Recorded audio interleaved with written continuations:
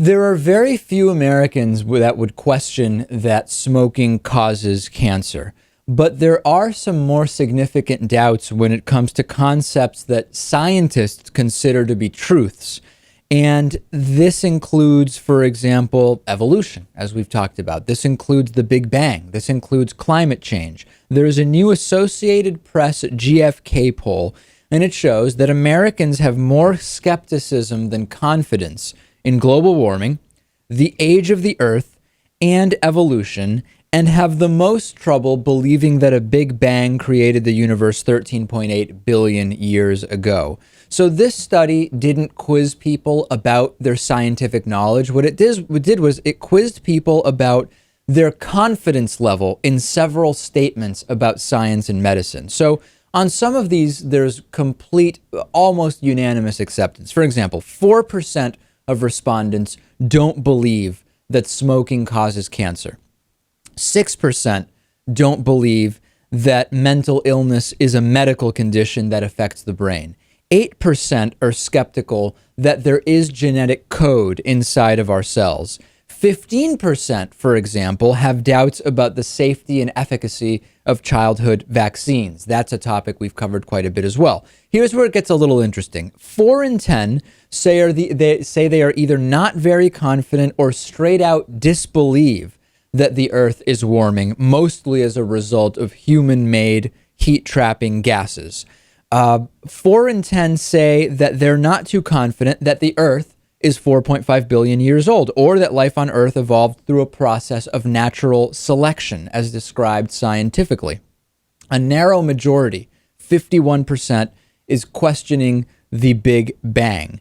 These results are upsetting some of America's top scientists, including Nobel Prize winners who vouched for the science in these statements that were tested. They consider them to be scientific facts. Alan Leshner, chief executive of the world's largest scientific society, the American Association for the Advancement of Science, said, the public most often values and values and beliefs trump science. We know that. We've covered that extensively on this program. Interestingly, the study also correlated beliefs with regard to these scientific ideas and religious beliefs, and they found that confidence, this is completely unsurprising, confidence in evolution, the Big Bang, the age of the Earth, and climate change declined sharply as faith in a supreme being rises. The level of disbelief and skepticism towards science in the United States really explains, Lewis, why this country is so behind many other countries when it comes to academics, science, and math, does it not? It does. You have to just assume that perhaps some of these people, had they received a proper education, had they received an education that was, laden with science and in facts, that perhaps some of these people would have breakthrough inventions or discoveries that would be helping the planet. Instead, we've got religious fundamentalists who are just now getting in the way of the children who are trying to learn this stuff now. Some of the problem is actually semantic in nature, right? It's become very popular to, there's a lot of discussion around the word theory, and there's two ways that this is being used. Number one, there are those who don't understand the scientific definition of theory, who are saying, hey, a theory is just a theory. It's not actually evidence or fact. That's one line of reasoning. The other line of reasoning is that things that aren't scientific theories are being called colloquial theories, and there's this huge semantic problem. The other issue, though, is the indoctrination side, Lewis, so it's really two-sided. Right. Well, we should start using the word hypothesis a bit more, because a hypothesis is really what a lot of people are referring to when they're talking about an untested theory.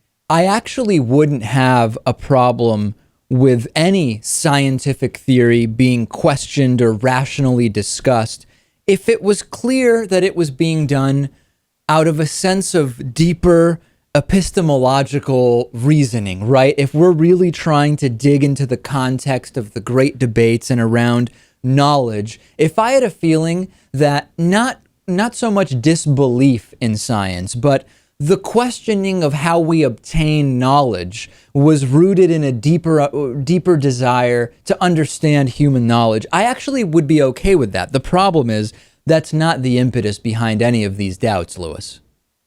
No, it doesn't seem to be, which blows my mind, because it's a mission of mine. It's a mission of yours. I mean, it's something we strive for. Just imagine not wanting to learn more about anything and having no interest in that. It's incredible. It would be a sad state of affairs, and unfortunately, it is the reality for much of many of the people we talk to. I guess I'll leave it there. This program is supported directly by you. Please go to davidpakman.com/membership to become a supporter today and get a whole bunch of great member benefits while doing it.